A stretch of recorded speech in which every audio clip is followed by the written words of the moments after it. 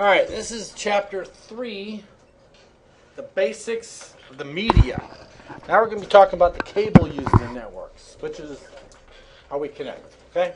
All right, kind of cool stuff. We're going to talk about all kinds of stuff, okay? Transmits issues a signal along a network. Basically, we transmit, just like, remember the old ham radio where you had to push the button? You know, anyone ever use a CB radio in here? When I was a kid, that was my entertainment.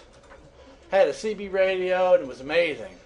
I mean, even a couple of years ago, you know, you could, I'm assuming truckers still use them, but I drove cross country with one once, and it was very handy. You know, you could hear where the cops are and stuff like that, and it was pretty handy, but okay. The transmission is the process of transmitting, okay? After it's transmitted, someone hopefully receives it. Is anyone in the Navy here? Someone's in the Navy? They got that plane with an E2 or something out there on Tinker. Is that what the Navy AWACS is called? The E2, I think. It's Hawkeye or the big white airplane? The big white one. Is that the one? There's one that drops an antenna out the back and flies in circles over the ocean. It's not an AWACS though. It transmits. Right. HF. The signal to the subs. The subs. Yeah. Right. Well, it's okay. It's not an AWACS based. They have an AWACS too. Oh, they have an AWACS. Yeah. Yeah, that older one. They still use that though? No, they still use it. Yeah. Oh, wow. Okay. But they transmit, like I was saying, they basically fly and they drop an antenna out the back of it on a cable and fly circles over the ocean, and it transmits to the submarines. So I guess they can transmit worldwide, or from what I've been hearing, something. I don't know, very long distances.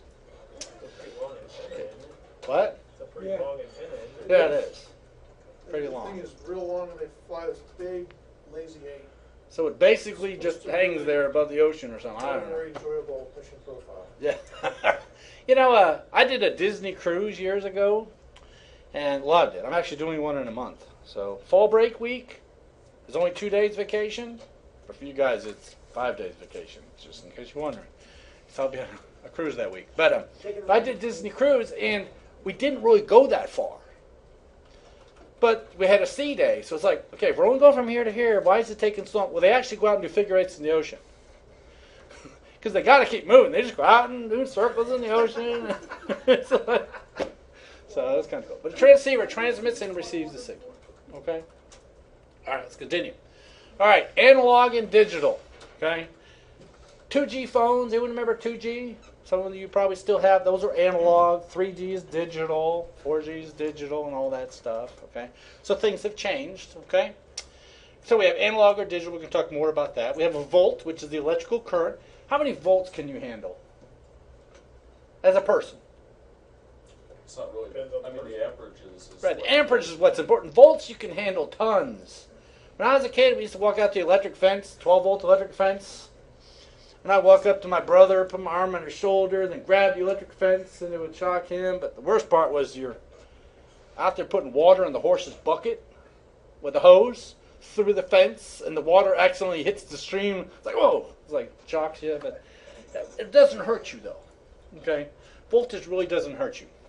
Okay, the signal strength is directly proportional to the voltage. Okay, my house, you all know I have solar panels in my house. You all know what the voltage is that OG&E gives us? It's 240 volts. Okay, that's the power coming from OG&E's. Right. Assuming you grab both hot lines at the right. same time. But OG&E gives us 240. Okay. transformer. My solar panels generate power at 245 volts, which is 5 volts higher than OG&E. And it basically causes my power from my solar panels to feed back out into OG&E's network, and that's what they pay me for. So since it's a higher voltage, it actually takes over and whoops up on OG&E's power. So kind of cool. Okay. All right. It's also the signal voltage and signals. There's current, light pulses. I mean, fiber optic type stuff. Lots of different ways it can work. Okay. I'm not an electrician in here. Never been one. I would love to learn more about it, but I'm still one of those, if I'm going to change out that light switch, am I going to turn the power off? Hell no, I'm going to do it with power on. I'm going to shock myself like 4 times doing it, but I'm going to do it. I like licking batteries. Yep, that one's still good, and that one's still good. It's not a big deal. You just work, it's like, whoa, wakes you up a little. You like the head rush. Exactly, it really doesn't bother me. Okay, so analog data signal. It says voltage varies continuously. It's going up and down. We're going to see a picture of it in a second. Okay. Properties, we have the amplitude. Again, we'll see a picture. The strength at a given point in time. Okay. Then the frequency, how many times it goes up and down, like a sine wave. Again, we'll see a picture of it. The wavelength is the distance between them. Okay. And the phase is the process, over a fixed point. Now, I think, there it is. There's our picture. We have our voltage, our amplitude. So we have 5 volts. Our amplitude is this. And then there's our wavelength there. Again, I'm not an electrician. I know just enough to be dangerous with this stuff. Okay? I'm sorry, what's the amplitude? All right. Amplitude is the measurement of the strength at any given point in time. So it's 5, but this is also 5. Okay. Okay? Okay? It's kind of like that whole absolute value kind of thing. Okay? We have degrees, from a certain position. So it's from when it goes up to down. But I don't focus on this too much because I'm really way beyond my thing. One of these days I will take an electrical class. I just never done it. Okay. Anyone ever watch a movie about Tesla? Tesla, yeah, it's pretty amazing stuff what he did. Then we're talking about, hey, we could actually power the country through the ground. Cool, kind of a cool idea. So They have a Tesla coil set up at the Science Museum. I always play with that thing every time. you go there and you hear it goes, "Vroom." Yeah. No, well, it's encased. Oh, they used to have the ones you could grab. Yeah, they don't have any of those. Yeah, I read some of his stuff. He came up with power stuff wirelessly. You can't. They actually have wireless power now. Anyone have an induction cooktop in here? I don't have one. I'm going to be buying one as soon as I can find a pot. But induction cooktops cook via magnetics. You basically can put a towel over your stove. Cook your whole entire dinner, throw the towel in the washing machine. The towel never gets hot. Actually, I bet we can see a picture of that. You got to see it. This is so cool. This is why we get behind on the lecture.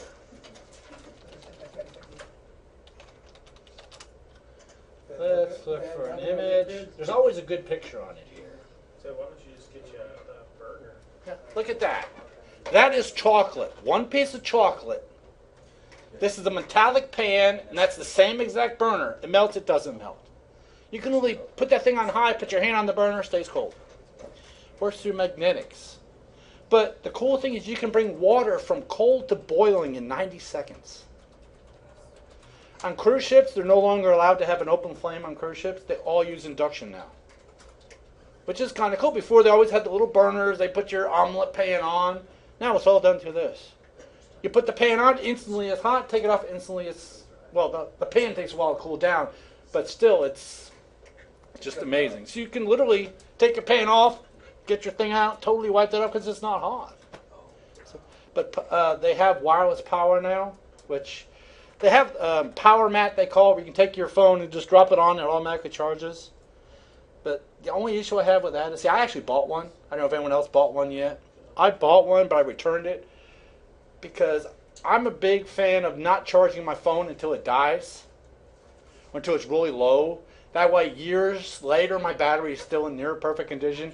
It's like my son, using my phone for 5 minutes, I better charge it. And it's, kills your battery. So that's what the issue with the power mat was. Anytime you set your phone down, it was charging again. I didn't want always to charge it. But yeah, they have a lot of different stuff out there. But induction cooktops, amazing what they can do with that stuff. Actually, I haven't looked in probably about a year, but you could buy a stovetop that had like 2 induction burners and 2 regular burners for like $1,600. Which isn't bad considering a normal cooktop is almost that price anyway. But they have to have metallic pans. It has to be, if you stick a magnet to your pan, it has to stick. Aluminum, Teflon, none of that stuff's going to work. So it has to be certain pans for that. But it's kind of cool. All right. So it says analog signal benefits over digital is more varied, goes longer distances. Okay. It says drawbacks, varied and increased voltage. The voltage has to go up. There's problems with there's interference. There's just a lot of problems with analog signals. They require more power.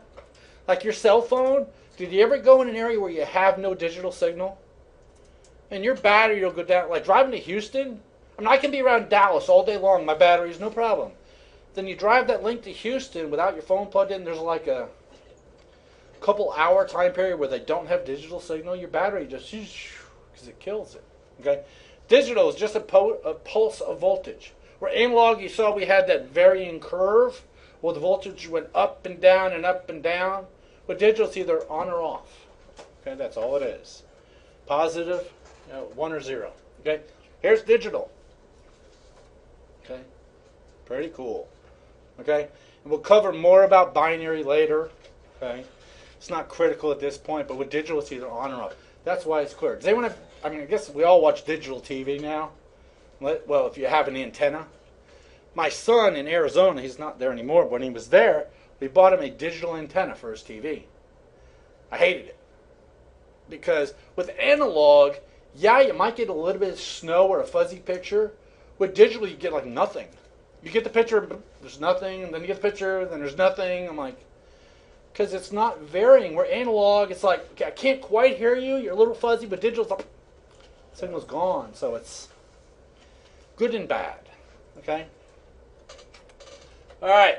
Analog and digital says convert bytes to a decimal number. Then they're represented by the values. Okay, convert decimal number to a byte to reverse it. Okay, we're going to do that. We'll do when we get to chapter 4, we're going to do all the binary stuff. So don't worry about that at this point. Okay. Okay, digital benefits. More reliable. It's a much clearer signal. Okay, because there's not as much noise. Okay, less noise and interference. Okay. More pulses required to transmit the same information. Okay. And overhead, there's a lot of non-data stuff. There's a lot of stuff that goes with it. But less power consumption. You can actually have faster data transfers. There's just a lot of good stuff about this. Okay.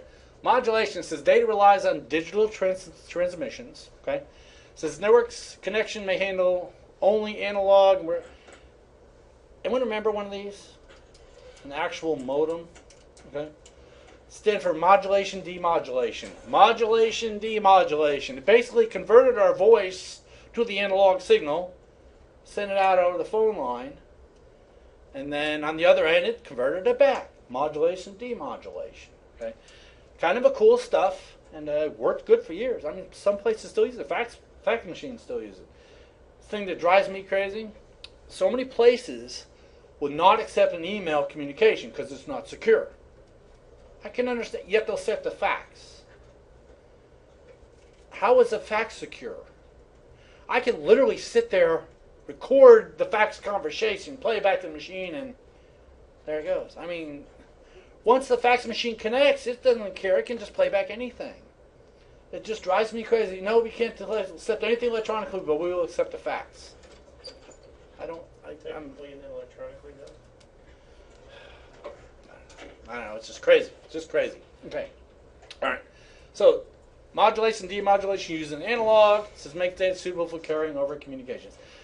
Anyone ever have a DSL? DSL at one point? So, I mean, I had it. Quite a few people had it at one point. How did that work? Does anyone remember? Well, what it did is, say we have this big old range of frequencies, a large range of frequencies. We can only hear a portion of that. So what they did is they put the signal for the transmission on the parts you can't hear. And you would have to use a Z filter. I don't know if anyone remember those. I used to work at an ISP, so we used to bring those out. I just had to buy one. Oh, nice. I probably have a dozen in my house if you needed one. But what they do is they basically separate them out, because sometimes they bleed over a little bit, and you'd be on the phone and you just hear a real hum or loud squeal. But what they're doing is they're sending the data over the parts you can't see. It's like your cable modem. A lot of people don't realize it, but you got your TV stations, but there's a portion of the cable that's not being used. That's where your data comes from. That's how you can have cable internet. Okay? So why do we have faster downloads and uploads? First of all, do y'all realize you have faster downloads and uploads? Because the band or the amount of space for download is huge. Because we're all downloading from the internet. We're downloading web pages, downloading from Netflix, downloading from everybody else. But the upload is very small. My son upgraded to the premium yesterday from Cox Cable. He's got 60 meg download now and 5 meg upload. But that's good because you really don't need the upload.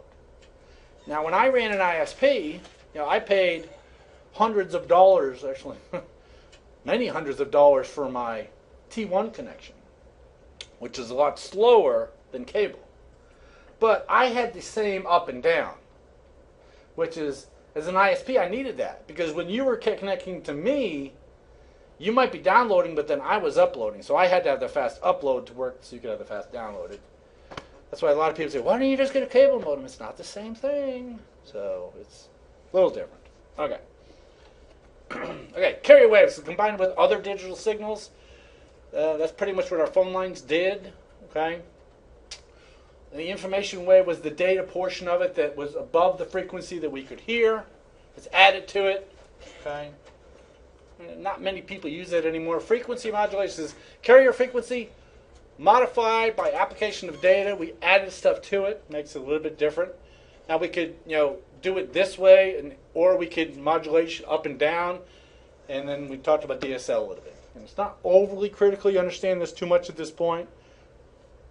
I mean, no one really uses this anymore, but it is there. DSL, I'd say, you still have DSL, obviously. Does anyone still have DSL now? Just the only one? Two of you? Okay. Some places don't have cable. So it's awesome. I mean, I loved my DSL when I had it until I got something better. They just ran cable lines down the street. Nice, nice. Did I tell you how I got cable in my neighborhood? I contacted the senator dude, and whatever he did, it's like, man, Gary Bands. Message him, and he'll get you taken care of. As long as you're in his district, I guess. But it worked out good. All right, here we go. Here's our carrier wave, our information wave. They actually can combine them together, okay, depending on what they're doing. All right, not overly critical. Okay, simplex, okay. We have simplex, half duplex, and full duplex, okay. Simplex, they travel in one direction, okay. Half, they travel in both directions, but one at a time. In other words, I talk, then you talk. Full duplex, we both can all talk at the same time. Which one's better, you think? Full duplex. Yeah, full duplex. Who is unknown numbers calling me? So I don't answer you. Okay, so yeah, full duplex is normally better, but not everything can support full duplex. So sometimes half duplex is actually quicker, because depending on what the thing is on the other end. So, but just think of it as half duplex. It goes both ways, but only one at a time. I send you something, then you send me something. Then I send you something. Okay, kind of like the old ham radios. Y'all remember those? Like Instant messenger.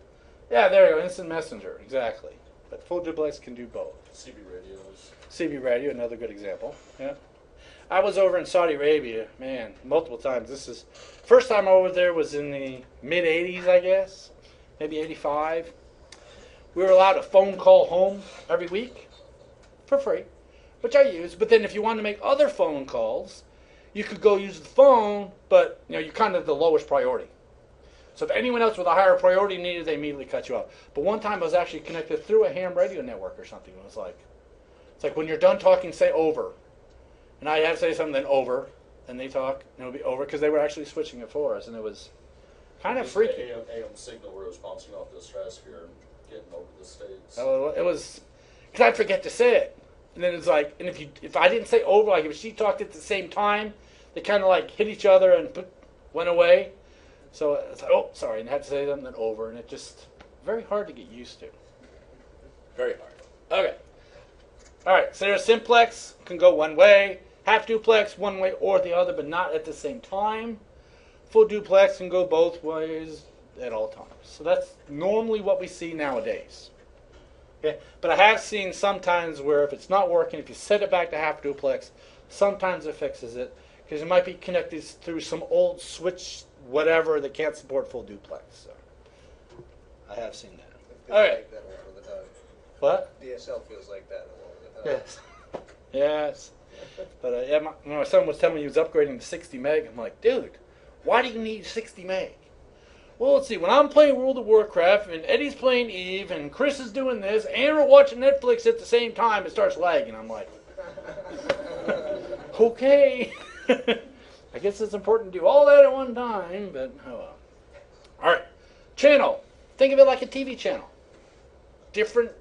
Does anyone actually remember the TVs where you actually clicked and they changed? Oh, yeah. They had that round dial. Some of you, he's never seen that dial, I guarantee you. Yeah. Or the remote controls that actually had the wire that plugged into the TV, and you had to, and if someone accidentally tripped on it, then you had to get off the couch and go plug it back in.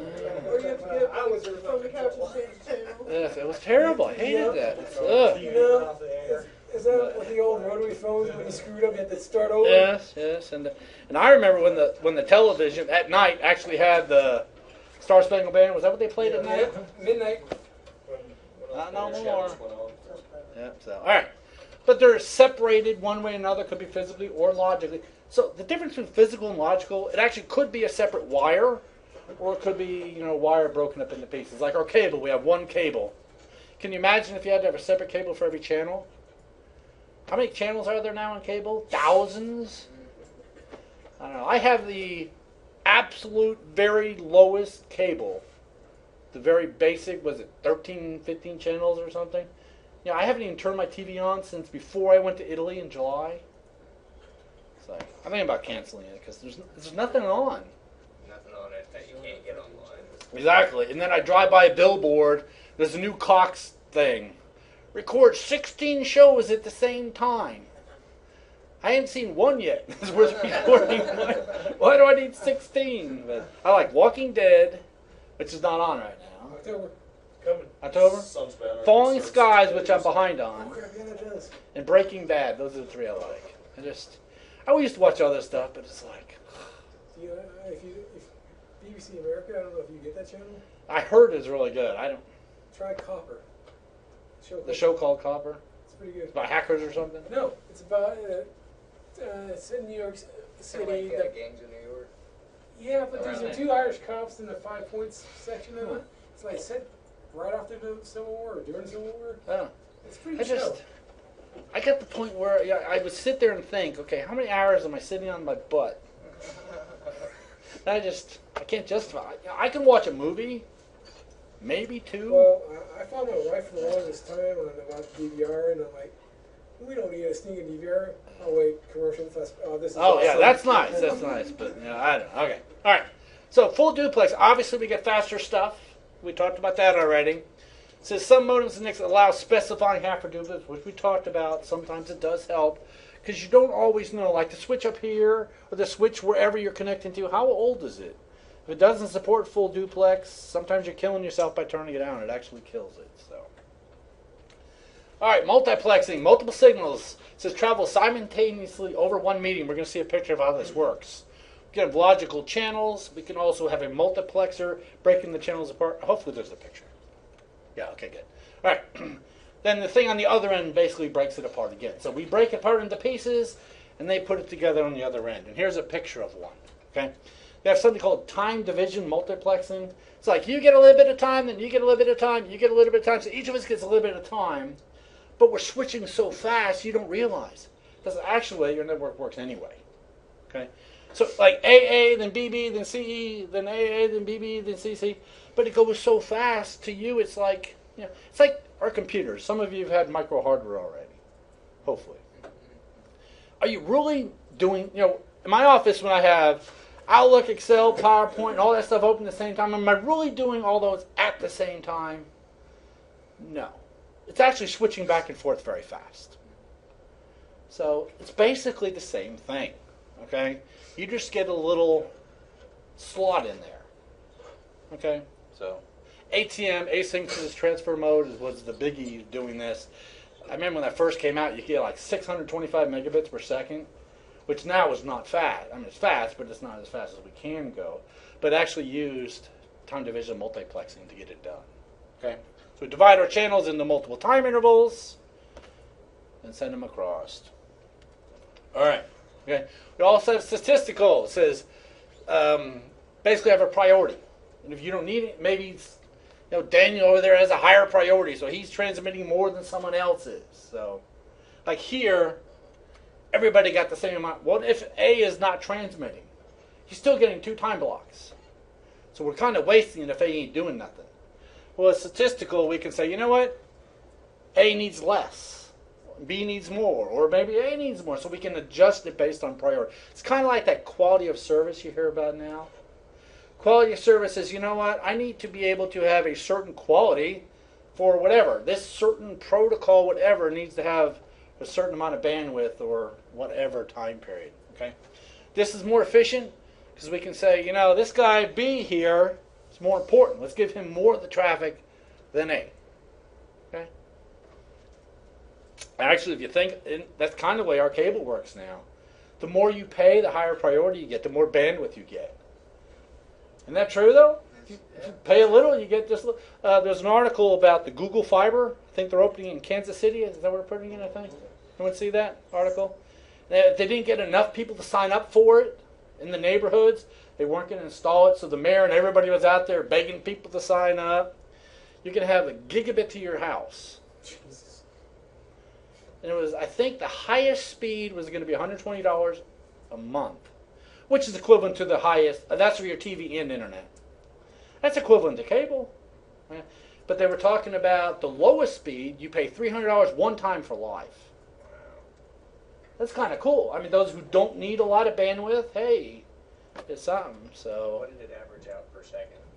I don't remember, but they talked about the high-speed ones, how fast it was. They really didn't say how the slower ones were. The $300 for life, and I think it was paid $25 a month for so many months. But I just, you know, sounds like a plan, actually. But how many of us could live with a little low-speed internet? You ever want to watch Netflix, or my son wants to play 3 games and watch Netflix at the same time, or so kind of cool though. All right, so we also have frequency division. Now instead of breaking up in time slots, we're breaking up in a frequency. You get, you know, this top frequency, you get the middle frequency, you get the bottom frequency. So there's multiple ways of doing this. Okay, there's a unique band for each channel. This is what our cell phones do. Okay, that's what DSL does. A port, maybe the red and the green are the data, where the blue could be the voice. Because you don't need all of it. The cable can handle a lot more than we can hear. Okay, we also have wavelength. Okay, one fiber optic connection carries multiple light signals.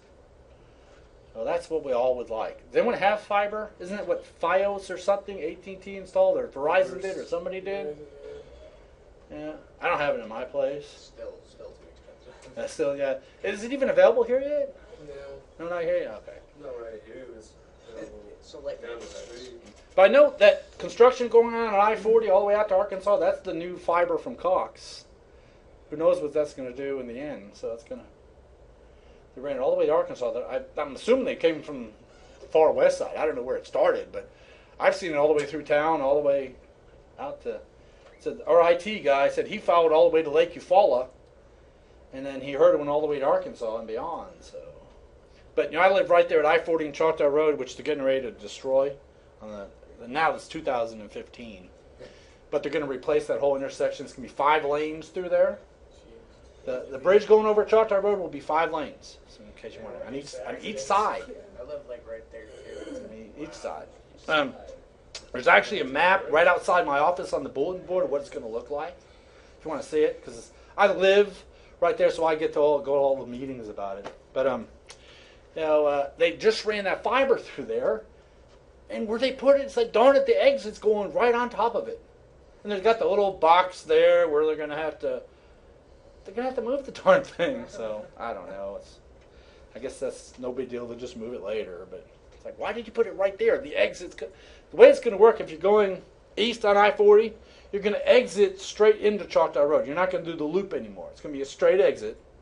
And from the east coming west, it's going to be a straight exit over top of where the Loves used to be. So that's the way it's being redone. But you know, it's crazy stuff. All right. So there's also a dense wavelength. Using most fiber optic, or in the modern ones, lots of data. Did I tell you about the German guy sending a movie to Germany? No, the Cisco guy sending a movie to Germany. The switching guy, he said, was able to send a full DVD in like 4 seconds. Because it's all I see is it's getting faster, and we keep seeing. Okay, Cox has now upgraded the internet you can get. But does that mean they're replacing the cable in my neighborhood? No, they're using the same cable. They're just coming up with different ways of doing it better. So it kind of is, you know. Well, they run fiber to the neighborhoods, and it's copper within the neighborhood. Right. But when they upgraded, now Freeman's available in your neighborhood, they really didn't come out and just replace all the cable in my neighborhood. They just, so. I told you about the broadband over power line, right? Yes, yes. That's going to be more and more. And actually, the smart meters through OG&E, supposedly they check those via the power line. So, I'm the only one in my neighborhood without one, by the way. Because I was having my solar panels put in, and like right at the same time they were installing smart meters. So they installed my solar panels, and the next day installed the smart meter. But with my solar panels, I had to send power back, and the smart meters don't support power return. So then I had to come out and replace mine. I have a digital meter now, but it has two counters. The power I take from OG&E and the power I give to OG&E. So everybody has smart meter but me. But hey, it's okay. Well, there was something they were talking about, those smart meters where people were actually able to tap into it and realize your habits and then time. Well, they have thermostats that automatically connect. So obviously, I mean, if you can figure out how that thermostat's working through the power system, you should be able to figure out how everything's working. So a bunch of reverse engineering going on, and right, figure out what other people are doing and reset the counter. I don't know. Okay, relationship. We got point-to-point transmission. That's me talking to Daniel over there. Okay, one transmitter is one receiver. Or I could have one to multiple. Me talking and all of you are now listening. Okay. Or we could have broadcast. Broadcast is kind of like, at Walmart. Can you imagine if the white car left their lights on, if they went person to person to check if, hey, do you have a white car? You left your lights on. Hey, that would take forever. So what they do is they broadcast it. Hey, white car, you left your lights on. Do they guarantee that the person who had that car got the message? No. Actually, I don't even hear that stuff anymore. Do they do that anymore?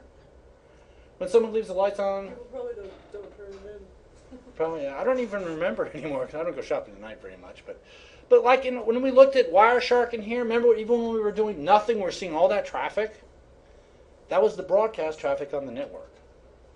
Okay, used on wires, wireless, quick and simple. Okay, non-broadcast is one transmitter and multiple defined recipients. We use something called multicast with Ghost, where we send a signal out, not really broadcast, but we send it out to a specific set of computers. But say we have a 10 gig image on each machine in here. We want to re-image this room.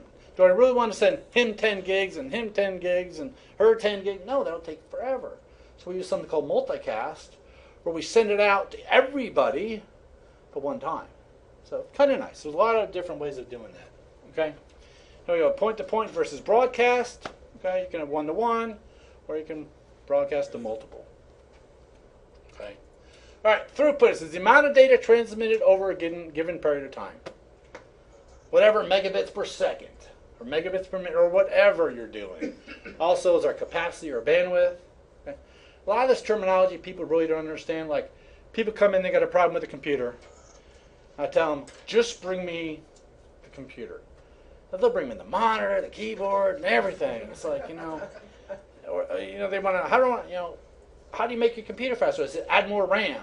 Say, buy a bigger hard drive. I'm like, no, that's not RAM. It's even at the store, sometimes they really don't understand what they're talking about. But capacity is how fast your internet can go. Okay? Normally expressed in bits per second. Like, 500 megabits or million bits per second, stuff like that. There's an alarm. The sub is going down. Yeah, okay. All right. Bandwidth, difference between highest and lowest frequencies. There's a range, also measures in megahertz. What's an example of megahertz? Isn't the cell phone that's like so many megahertz? The old cordless phones. What now? Old cordless phones. Yeah, old cord. There you go. 900 megahertz. That's a perfect example. Yeah. Yeah, 900 megahertz. I don't even have a phone. Who actually has a home phone in here? 1, 2, 4, 5, 6, 6. Okay, 6 here. Okay. I just have an extra cell phone at the house. I have the rotary one. You have the rotary one. Nice. He still has to call the operator. Would you please connect me? Oh, I'm sorry. You're still on the line. He's got the party line. But megahertz. I mean, it's at the point now where I understand why some people keep a home phone because of the kids and stuff like that. And they're not that. What do they charge you? $10 a month for it? 5. But you still are paying something for it. But Cox, if you didn't get it, you'd end up paying more for That's what everybody keeps telling me, and I went up and looked, and it was cheaper without it. If I buy the components, and you know, I've had it for 2 years. here's a prime example of that. If you're driving south on I-35, thing it's by Purcell, there's a Brahms right there at the exit. I don't know if anyone's ever been that way. But whenever I go on cruises or something, that's enough time we have to go to the bathroom or something, usually an hour and a half away. So I remember this couple trips ago, actually quite a few trips ago now, was down there with the dean and a bunch of other people. We stopped at Brahms. And I walk up to the cash register, and I said, I'd like the jalapeno burger and the fries. Oh, so you want a number 5? No. I want the jalapeno burger and the fries. I said, yeah, that's the number 5. I said, no, I don't want to drink. And he's like, oh my God, I don't know what to do. I don't know how to figure this out. So he gets the manager lady, and she comes over. She's like, okay, sir, what can I do for you? I mean, they were kind of busy at this time. I says, I want the jalapeno burger and the fries. That's the number 5. I says, no, I do not want to drink. She's like, sir, it's the same price. It's only 10 cents more. I'm like, it's the same price. It's only 10 cents more. What she was trying to say is that they're only charging me a dime for the drink. I'm like, but I don't want the drink. So why? I don't care if the drink is a penny. I don't want the drink. So it's like, sir, it's the exact same price. It's only 10 cents more. I'm like, okay. And finally she's like, fine. Just give him what he wants. I'm like, thank you. But that's what they all do now, order by numbers. I went to a restaurant the other day, and that's all they had on the menu was the numbers. Was it KFC or somebody now? Somebody. Waffle House just has the pictures. I want that. Oh, it's crazy. It just drives me crazy sometimes with people. And I don't drink soda, so I pay for it. Okay, here we go. 1 megabit, 1,000, million, or so on, a terabit per second. That'd be nice to have. Yeah.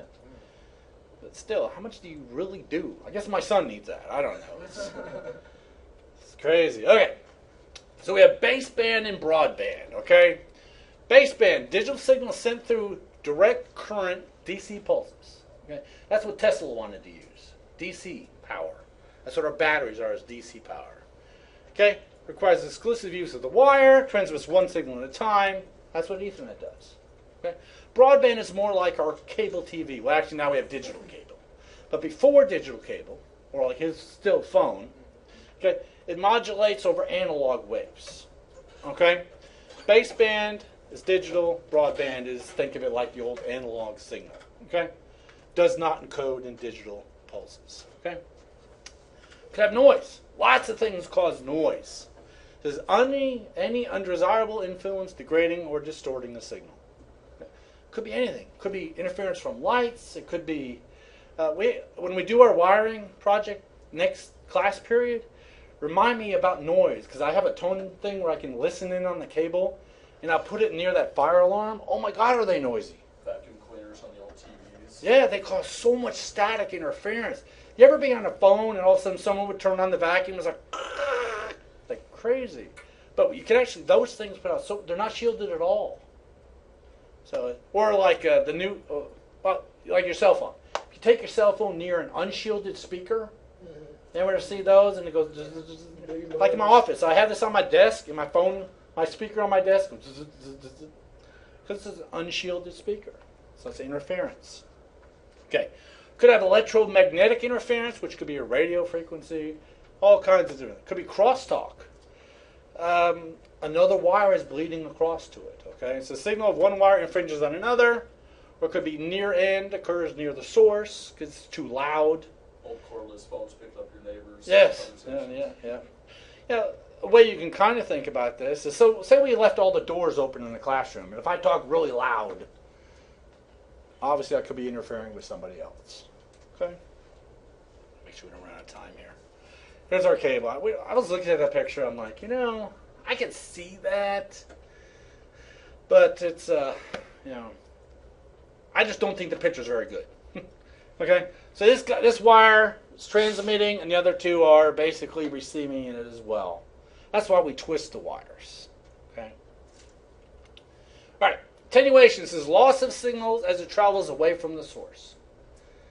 Think about it. If you're talking, you can hear me in here right now. But if you were standing at the end of the hall, could you hear me? Now, if it was very quiet and all the doors are open, you might be able to, because it could be bouncing off of everything. But normally, the farther away, the lower the signal, the more attenuation. We can boost analog signals. We can take it and boost it. Can we boost digital signals? No. We can regenerate them, though. Because remember, digital is on or off. It's not on or on higher. It's either on or off. So analog, we can, the voltage is starting to, dwindle down, so we can increase it. Digital, we regenerate it. Okay? A repeater. Okay? Of amplifiers and repeaters, stuff like that. An example of that is, you can get some speakers to plug into your iPad or iPhone, but if you get the powered speakers, oh my God, they're so much better because they're amplifying the noise. Okay? All right. Here we have an amplifier. What it's doing is it's taking the signal, the noise is degrading it. It somewhat we can be used to make it better. Okay, it's not great, but digital can also be affected by it, but repeater just trades it all back out again. It's either on or off, so it's like, well, it's got a little bit of wavy stuff in it, but we can still tell there is voltage there. See, the cool thing about digital is either there is voltage or there isn't voltage. So we receive some voltage, obviously it's a 1. If there's no voltage, obviously it's a 0. Where this here, with the analog signal, it could be degraded. It's like, well, was it all the way up there or was it not? Because, it's just not the same. All right, latency. It says delay between signal transmission and receipt. So if I get a cable that's too long, it might take too long before it gets to the other end. Okay? May cause network transmission errors. Maybe I send you the signal. Maybe Daniel's computer is too far away, so I didn't send the signal out. I didn't hear back from Daniel. Send it again. Keep sending it when he's receiving it too late. Okay? Latency could be the cable length. Could be intervening connectivity devices. Maybe you have too many switches. You're really only supposed to have 3 connectivity devices on a network. But no, we have more than that in many places. Round trip time. How long does it take to get from here to there and back again? Okay, from the sender to receiver and back to the sender again. Okay. And all this stuff comes into play. I think I already mentioned this. If you have a cable that's too long, will it work? Probably. But is it excessively too long? Probably not. But when they say our cable's limited to 300 feet, does that mean 301 is not going to work? Well, it probably will. So, 302? Well, that probably will be too. How about 305? It'll probably still work. But at 300, it's going to work. But they cannot guarantee past that. Okay. Selecting your transmission system. Match your needs with your characteristics. So in here, do we really need fiber optic cable that costs thousands of dollars a foot? Probably not. It'll be cool to have. Okay? We want to look at throughput, cost, obviously, which hopefully you guys did that project. So I think, how much would y'all's cost for cable? Anyone have a total cost? I charge per drop. Per drop. 28,000 or 38,000. 38,000? What do you put, like fiber optic to every desk or something? I did fiber between every switch. Oh, jeez. I think mine was like 600 if I varied, if you could find somebody who would do like 1,000 foot of fiber optic, like you could do shorter distances. I came to like 1,800 and change. 1,800. So it really depends. First of all, did you include switches or not? That's a big deal. Because those get expensive. Switches inside mine. And really, switches, these switches here, $100-something. Yet I can buy the same kind of switch and spend $2,000. So it really depends what you want. That's why it's kind of like you go to the store and you can get the 49-cent green beans or the $2 green beans.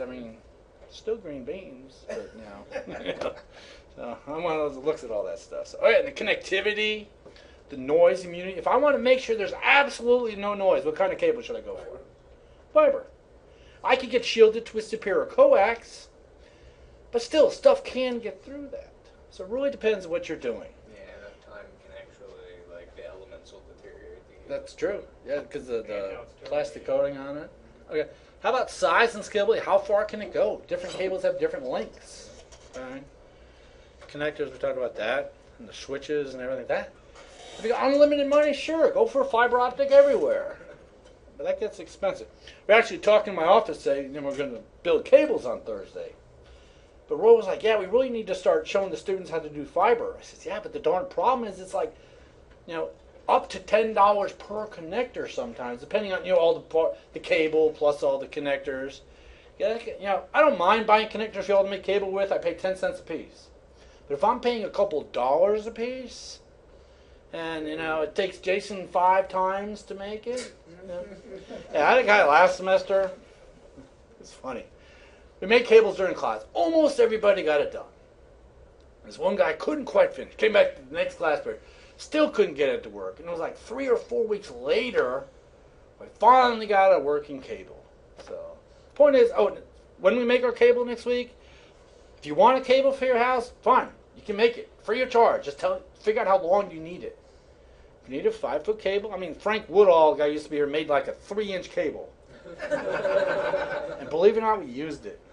Because we needed to connect 2 switches together one day. And he's like, I got the perfect cable. So he ran to his desk, grabbed this thing out, and went, actually, that's perfect. But if you want a piece of cable for your house, I don't care how long you want it, 20, 30 feet, let us know. Well, you know, you're going to make it. So hopefully it works. The only No, we're actually doing it the hard way. You're going to put it in, we got to make sure you understand how to do it. It's fun. It's not, not everybody has. My son, I still remember, I used to install a lot of cables, a lot of people. And I used to, you know, he was young at the time. I guess he's 21, 22 now. But he was, I don't know, 13, 14, 15, something like that. I need like 100 cables made. I give him about, here you go, Mike, I need 100 cables. And he'd sit there in the living room floor. He is quick. He can make a cable in like seconds. And it's always perfect. It's like a lot of experience, but it takes some time. All right, so throughput is his most significant factor, okay? Some of the problems, laws of physics, okay? How fast can light go, stuff like that, okay? The technologies, the noise, okay? The devices, okay? Fiber is the fastest for the moment. Will it always be the fastest? I don't know. It might be, maybe not. So, you never know. Maybe wireless will one day get to the point where it's faster. I was actually talking to a friend of mine who was going to think about having a house built. And he was involved when I built my house. He helped me actually drop my 27 drops in my house. He's like, yeah, I want to get with you about wiring the house. I said, tell you the truth, now if I was building a house, I might drop a couple drops, for the main switch or for the router or something. For everything else wirelessly. Why do you need it? Because with end technology now, it's pretty darn fast. Like nanotechnology and quantum computing. Yeah, well, that'd be nice to have. But there's, it's always changing. All right, cost. Precise cost, difficult to, obviously all different prices. Does it mean $1,800 is wrong or $600 is wrong? No, it's whatever you went with. I actually did that wiring, and I bought like 6 boxes of wire for, I don't know, $80 a piece, 1,000 feet each. I don't think it's more expensive now. It's like 120 on some. Yeah. Then I bought, a pile of connectors and we did it. So it was actually fairly cheap, probably under the $600 range. That didn't include switches or anything. So, it's very hard to estimate that stuff. That's why, we get quotes all the time for stuff here at Rose State. We get a quote for something, but we can't purchase it until the fall, and it's like, it's tough because prices are always changing, okay? Existing hardware, do you have anything in place? A lot of times it's actually easier. They're redoing the office downstairs, room 105. They're putting carpeting in tomorrow, and they've been painting it. They redid all the lights. They put LED lights in, all the ceiling stuff. They left all the cabling up in the attic, up in the side. I'm like, dude, that's like the really super old cabling they had here. Why don't y'all just pull it? They never do. They just leave it. So, it's one of those, it's not my job. I'm here to install something for you. I'm not here to pull out the old stuff, and it's tough. Okay, so labor, that always changes. You're going to, nothing against anybody, but you can hire a Mexican out in front of Lowe's at 5 in the morning. Or you're going to, when we had the health sciences building over here built, supposed to open like February 2008. If you drive over, there's still a sign that says opening soon, February 2008. It opened like in 2010. But when they first did it, that's right when Oklahoma came up with the law that you cannot hire illegal aliens. And the contractor bid using illegal aliens. So basically, he had to come back to the school and says, I need more money and more time because I can't hire the same people I was going to hire. Like, why would you ever bid, saying you're going to be hiring illegal aliens? I don't know. It was crazy. And I was actually in the regents meeting when the president was justifying that to the regents. Well, he bid on using, non-approved workers, and now he can't use them anymore. So now he's having to pay more money. And one of our agents is no longer agent, but he was so funny. He goes, "Not my darn problem. He shouldn't have hired them to begin with." Like, exactly. But it was. You want somebody doing work that's willing to do something illegal to begin with. Yeah. I had a guy come and sod my backyard. You know what sod is? You roll out the grass. I could buy it for like $65 a pallet. And this guy came by and said, "I'll do that for you." I says, "Dude, I can buy it for $65 a pallet, but I had to go get it." He says, "I'll do it at the same price installed." How the hell? And he did my whole backyard, that's over half an acre in like an hour and a half. There was like 50 people on my backyard. It was like everywhere. This big tractor trailer pulled up, and all of a sudden, I've never seen so many guys in my backyard. They were all illegal people. But they had that sucker installed in an hour and a half. I'm like, holy crap, that was going to take me months. But Why don't frame houses? it was funny. It was funny. All right. Variables: installation costs, new infrastructure costs, maintenance costs, support costs. Support's where all the money goes. Okay.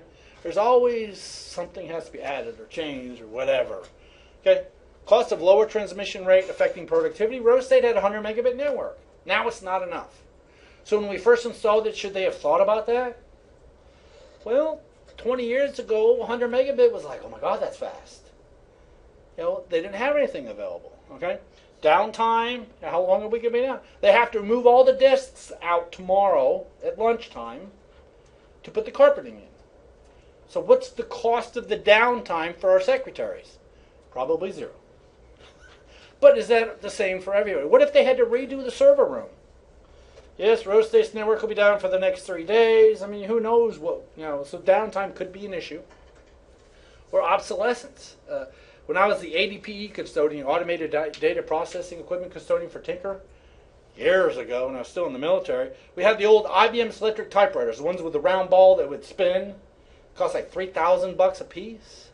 Well, we got computers that they weren't being used when people were throwing them away. And I was the custodian, and they sent me to find them all. I'm like, they're all gone. And man, the colonel got pissed. He's like, oh my God, we need, every one of those needs to be tracked down, or people were paying for it. And basically got to the point where people had to say, you know what, there is no value in those. Some people buy, something, and a few years later, there's no value anymore. So this whole obsolescence thing, it's tough. My ex-brother-in-law bought a Ranchero. Y'all know what a Ranchero is? It's kind of like a car, station wagon, I don't know, truck all combined. It's like an El Camino before version. Exactly, but he bought it. And, man, we're talking 20 some odd years ago now. When he bought it, he bought these really expensive tires. Is the tire the rubber part, or is that the rim part? Tires Tires the rubber part. Okay, he bought the rubber part. I always, tires and wheels always makes them up. But he bought the tires, and still to this day the car's not finished. How good do you think those tires are 20 years sitting there out in the weather? Dry rot. They're dead. I asked him, I said, why did you, but I got a great deal. Yeah, they're obsolete now. They're worthless. So it's tough. All right, noise. Okay. It says distortion rate depends upon transmission. Obviously, fiber would be better. Other things are not so good. Fiber's the best. Okay. Where you install it. Keep it away from electromagnetic forces. These lights have electromagnetic interference. That's why the cabling for this room is run down that wall, down the back, up this wall to the switch. All of it's running that way. Someone asked me the other day, why didn't we just go across? We could have.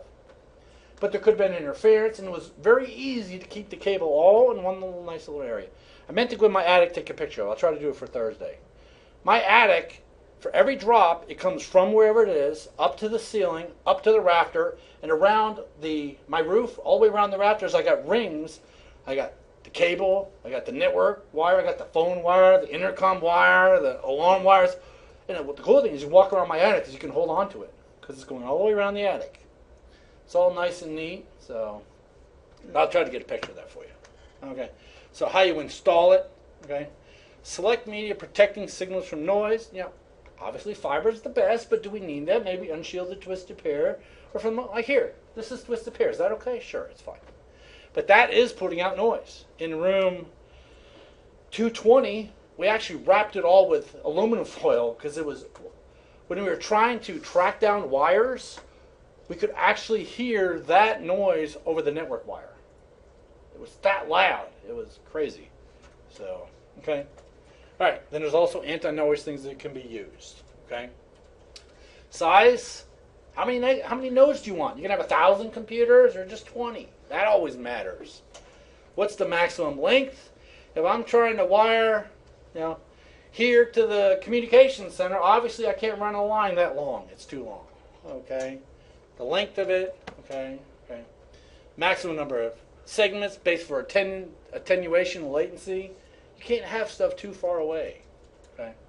Okay, and it says maximum latency dependent. It says attenuation latency plus the segment type.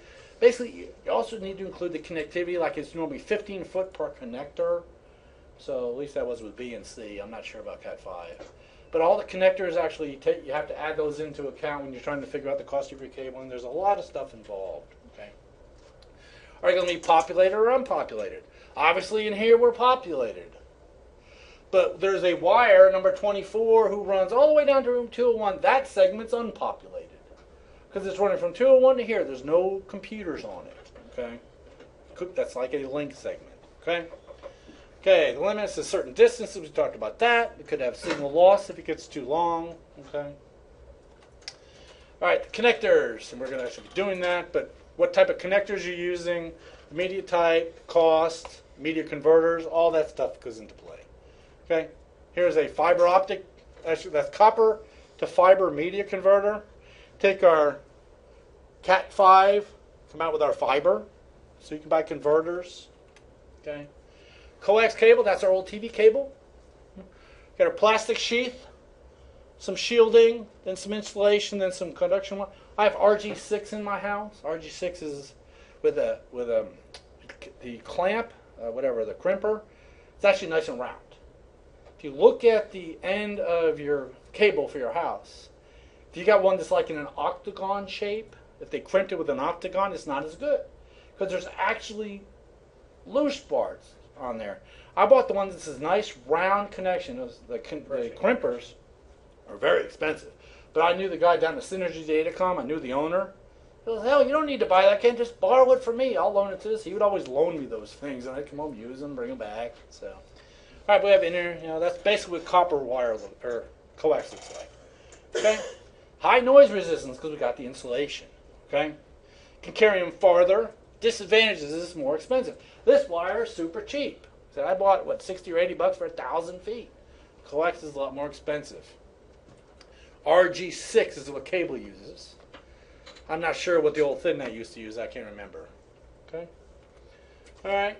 You have AWG. That's the wiring size is smaller than the number of the bigger wires. Is that right? Yes. Okay, that's beyond me, but okay. RG6 is what I used. Okay. RG59. That's the network one, isn't that the ThinNet for the network? I think. I can't remember, but not critical, So they actually have decent connectors nowadays. That's a B&C. British naval connector or bayonet net connector, which depends on which book you read. That's the old cable we had before twisted pair. Okay, this is what we're going to be making: color-coded insulated copper wire pairs. Okay, orange, blue, green, and brown. If you buy the really cheap cable, what happens is the ones with the stripes are just white. So you have an orange and a white, a blue and a white, a green and a white, and a brown and a white. Once you start straightening them all out, then you start getting them mixed up. So you got to keep track of which one was wrapped around the orange. But you see they're twisted, okay? It's almost time to go. Actually, I think it is time to go. We'll finish this up and do our wiring next time, okay? So we're going to pick up on slide 48.